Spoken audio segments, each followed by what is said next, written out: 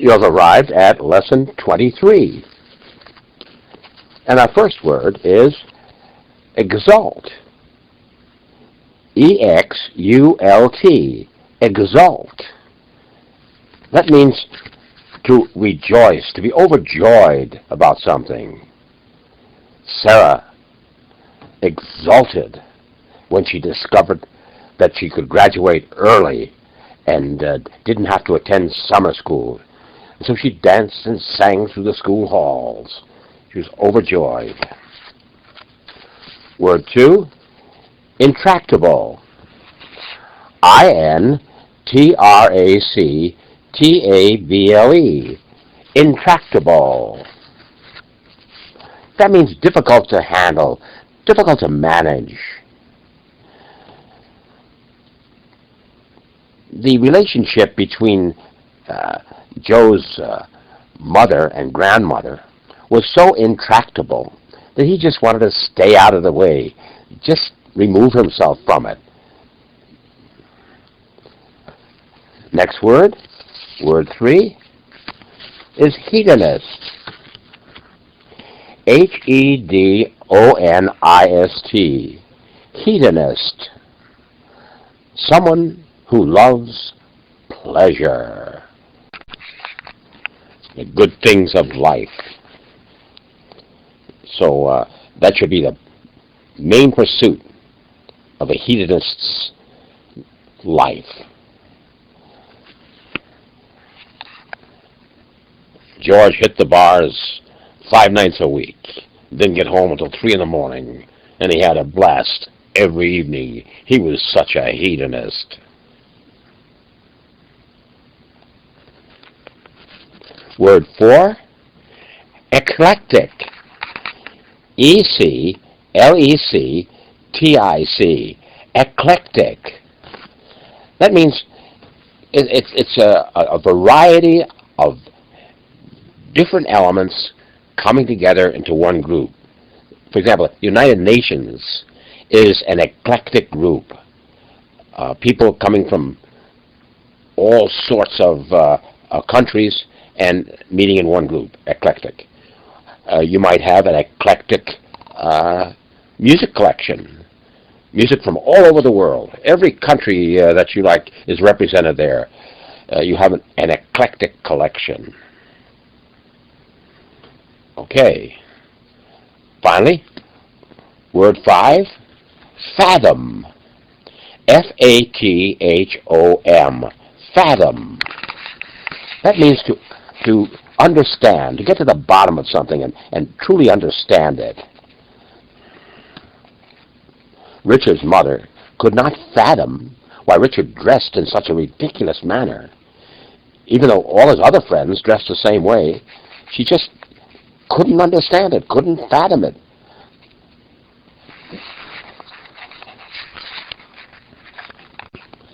And now, the mini quiz. All set? Now, if you want to, you can go back and review the words just before you take the mini quiz, many times you want. Okay, mini quiz.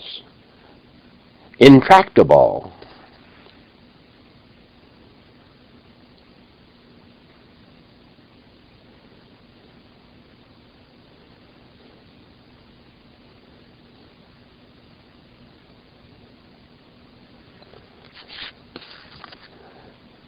Difficult to manage. Just so complicated it's unmanageable. Hedonist.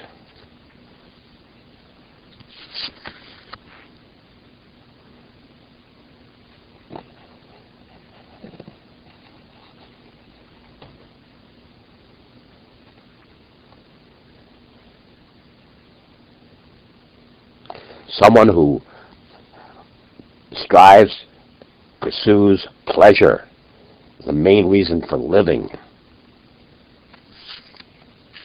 Next, eclectic.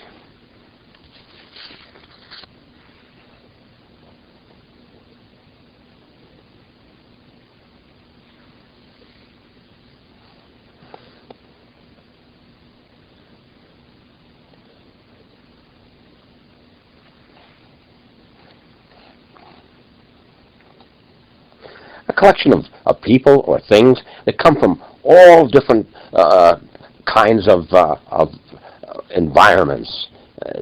For example, a music, eclectic collection of music would be jazz, classical,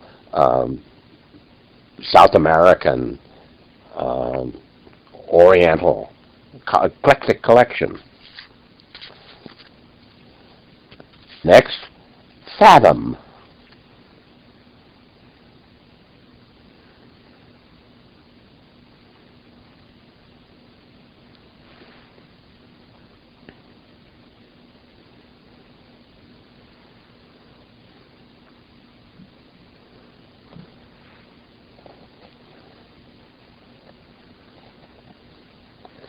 To understand, to finally get to the bottom of things that you completely comprehend it.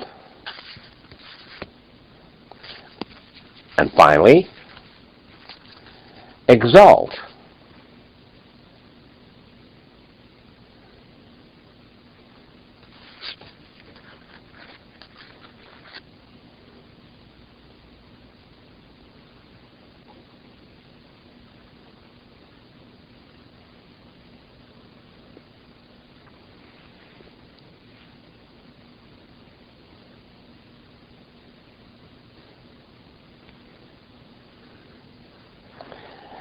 It means to celebrate, to rejoice over something that's really good. And that's the end of Lesson 23.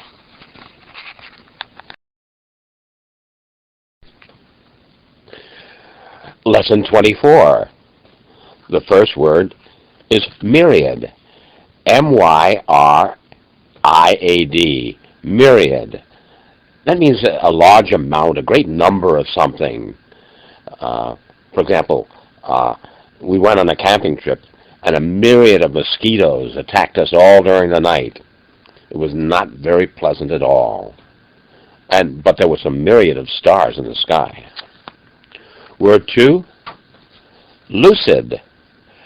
L-U-C-I-D. Lucid. That means easily understandable, made clear. I was having difficulty with the math problem until my teacher explained in a lucid manner exactly how to work it. Word 3, pungent. P-U-N-G-E-N-T. Pungent. That usually refers to smells, a sharp, biting odor, such as, for example, ammonia odor. It really cuts at your nose and is very pungent. The pungent odor in the closet made me realize that someone had spilled a bottle of ammonia.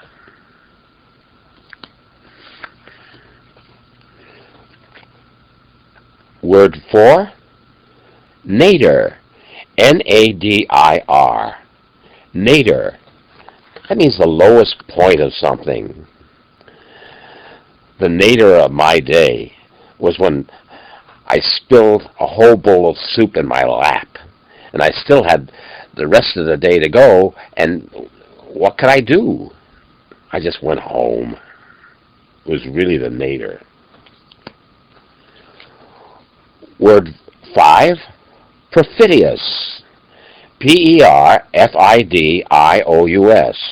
Perfidious. That means disloyal, traitorous, unfaithful.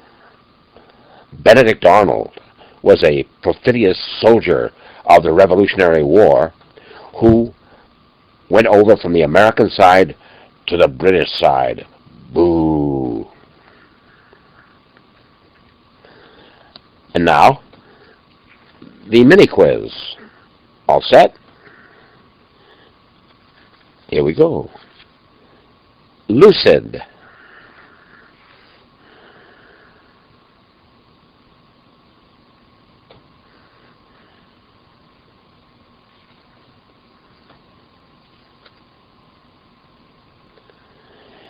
Easily understandable, made clear so that one could easily understand it. Next, myriad.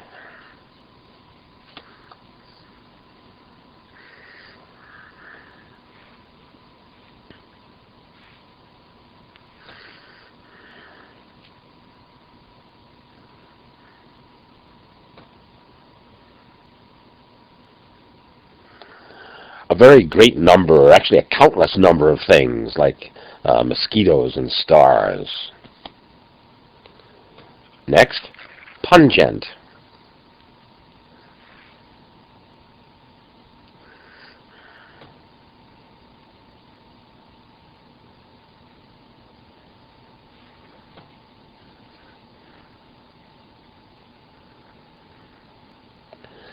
Something has a very sharp, cutting quality. Usually describes smells, like the pungent odor of ammonia fills the closet.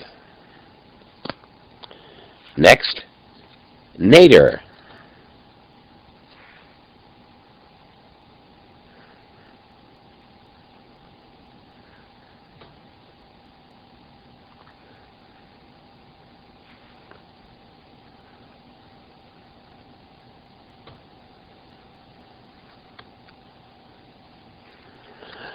The lowest point of something, when you hit bottom, when, there's no place else to go but up. Next, perfidious.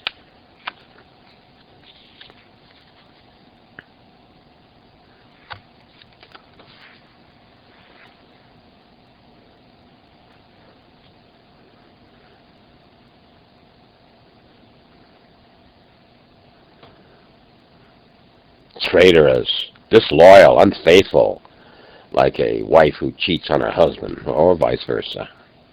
And that's the end of Lesson 24. Welcome to Lesson 25. And the first word is usurp. U-S-U-R-P. Usurp. That means to seize by force.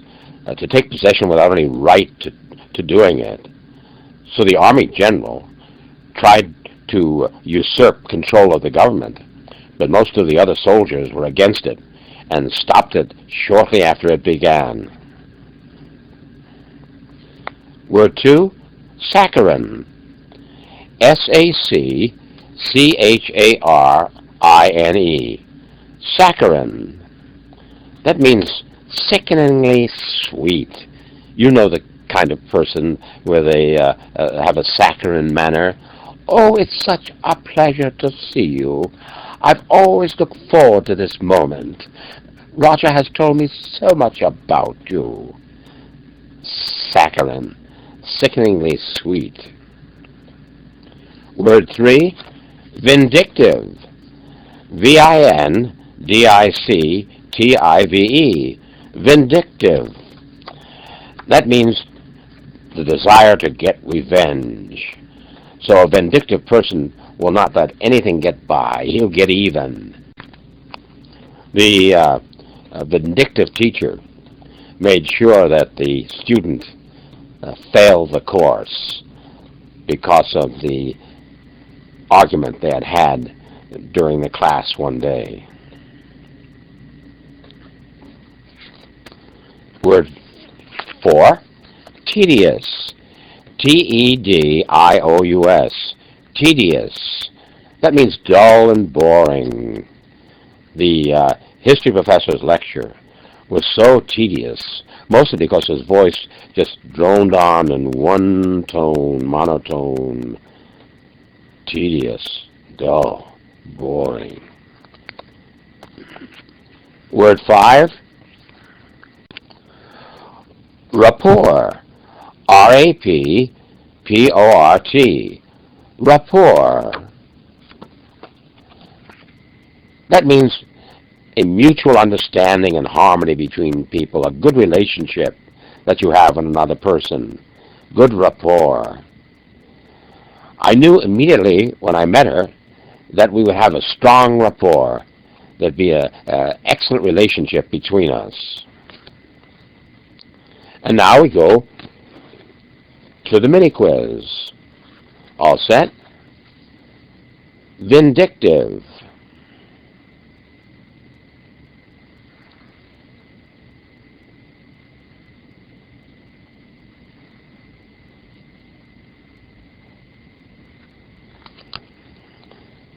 Desire to get revenge. A vindictive person always wants to get even.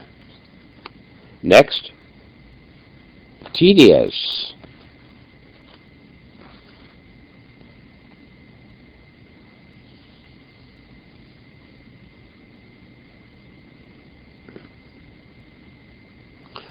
Dull and boring.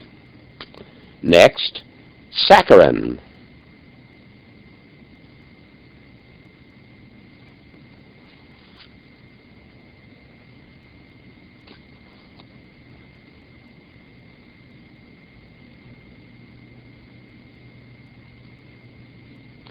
A sickeningly sweet manner. Oh, how marvelous it is to you know. Next, usurp.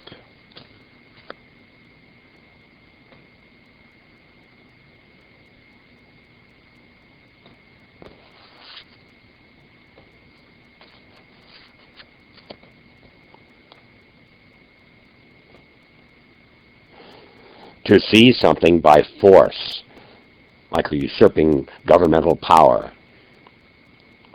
And finally, rapport.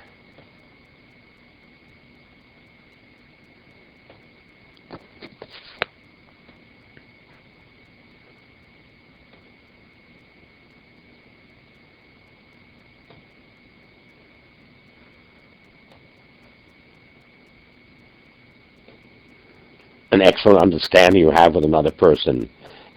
You get along.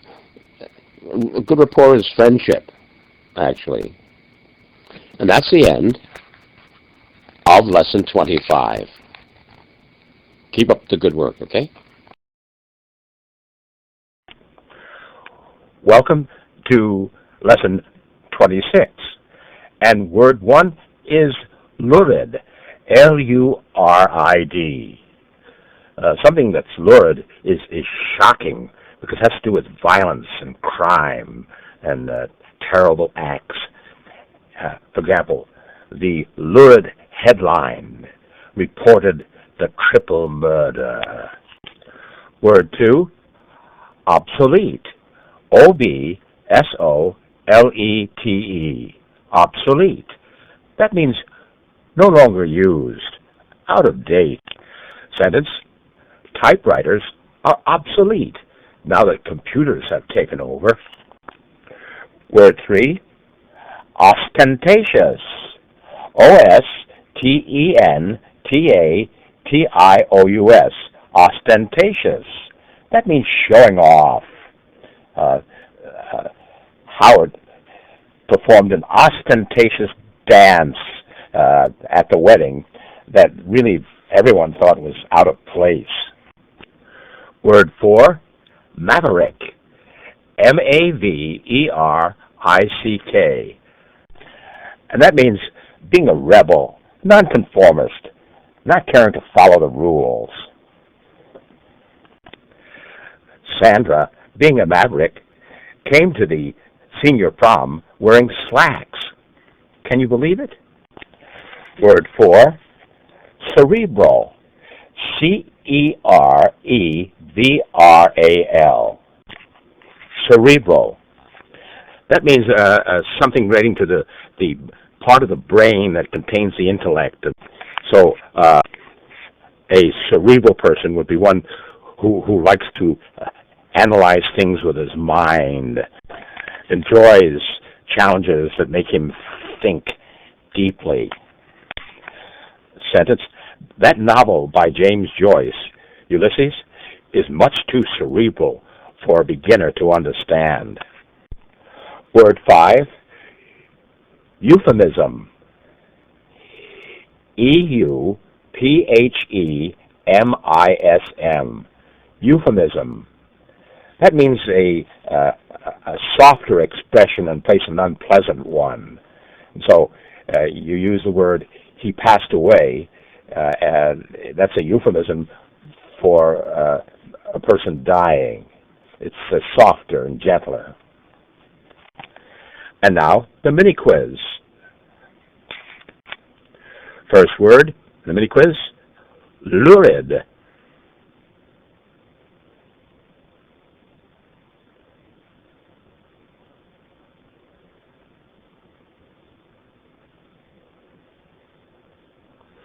means something that's shocking because of its violence and criminal actions.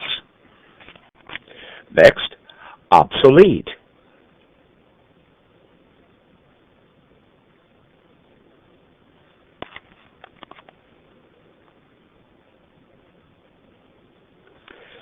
That means no longer used, out of date.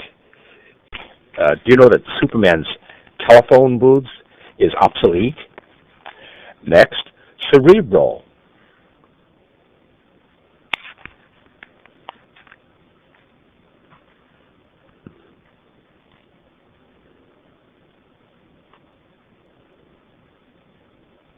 Having to do with the brain and the intellect, thinking and analyzing problems with your intellect.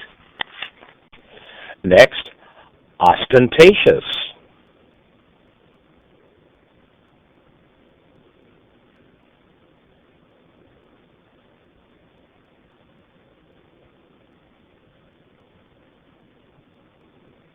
That means showing off, trying to show people how great you are, whatever it is you're doing. Next, euphemism.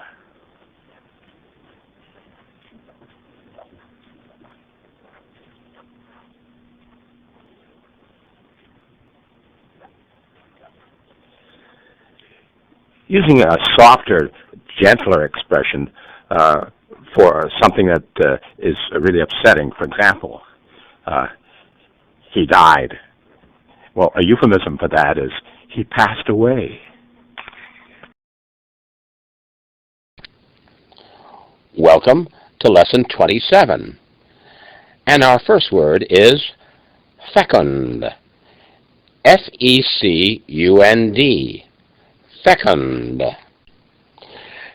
And that means producing a large amount of something that's really very valuable. Sentence: the McCarthy family was very fecund, producing 2 sets of triplets within 3 years. Word 2, daunting. D-A-U-N-T-I-N-G. That means to experience fear in the face of something that you're about to undertake. Howie found asking Melissa to the prom was a daunting task, which he wanted to delay. Word 3, cacophony. C-A-C-O-P-H-O-N-Y. Cacophony. It means a lot of clashing sounds. Mother created a cacophony when all the pots and pans fell from the shelf as she opened the door. Word 4, dissent. D-I-S-S-E-N-T. Dissent. It means to disagree strongly. The students offered loud dissent when they heard that the baseball game would be canceled because some local dignitary was going to give a speech. Word 5, aversion. A-V-E-R-S-I-O-N. Aversion. Charles had an aversion to seafood ever since he got sick last summer eating lobster. And now we go on to the mini quiz. All set? First word, daunting.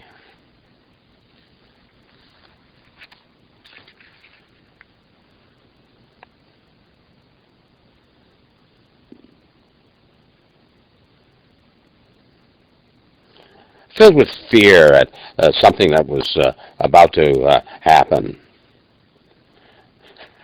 Next, dissent.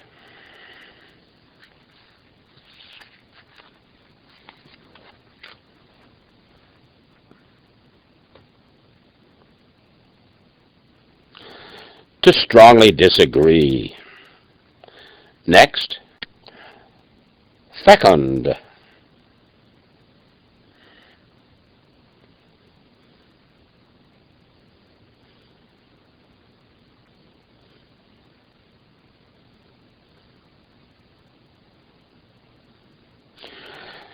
To produce a great quantity of something that's valuable.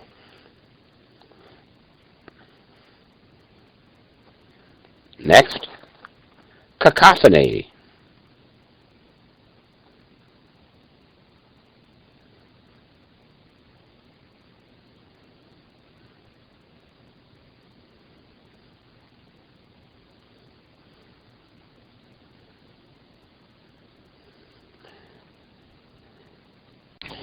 A loud noise of clashing sounds. Finally, aversion.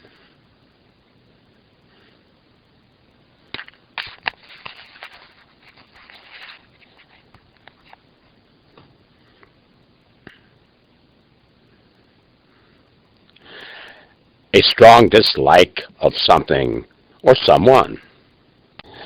And that's the end of lesson 27. Keep on hanging in there. You can do it. Welcome to lesson 28.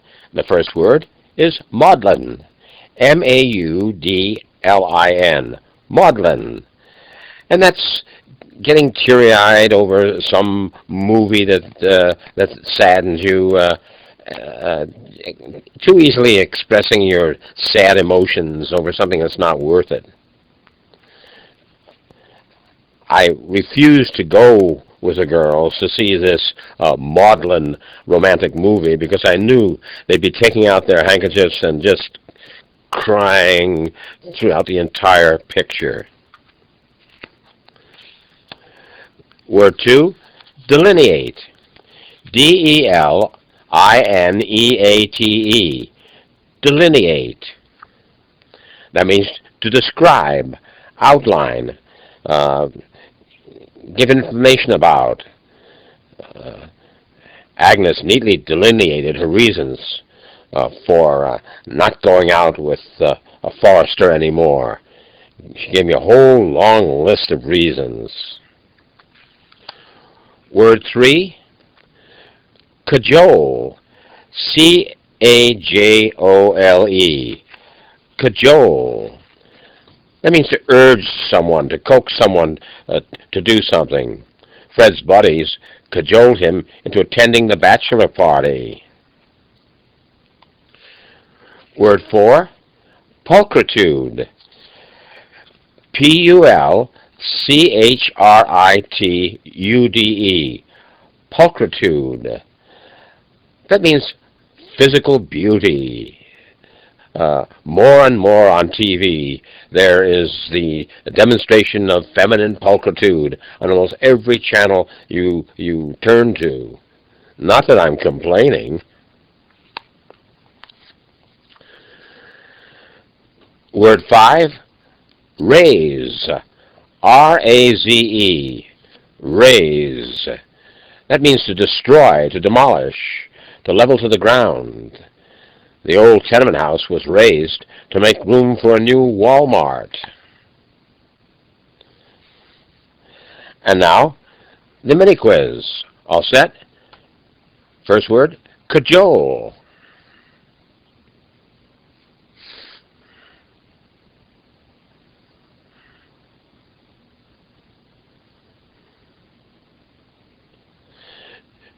To urge or persuade someone to do something.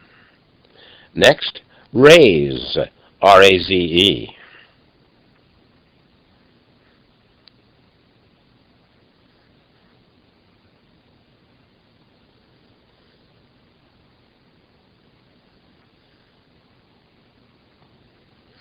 To destroy, to level to the ground, usually a building. Next, maudlin.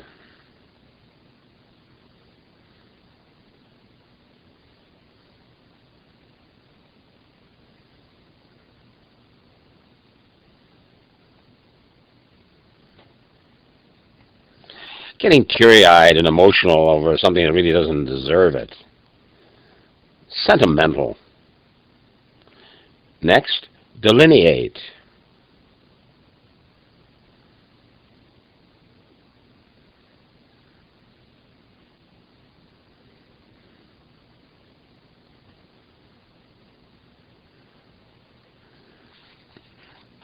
To outline, explain your reasons for something. Finally, pulchritude.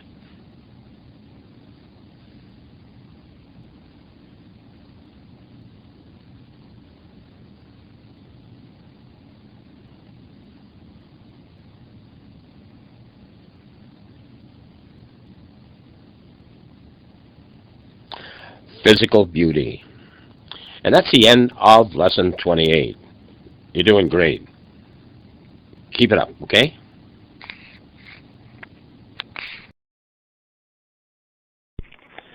And this is the end of Disc 2. You're making great strides, and you're going to really be successful. Just hang in there and day by day, do your 5 words, okay? See you on Disc 3.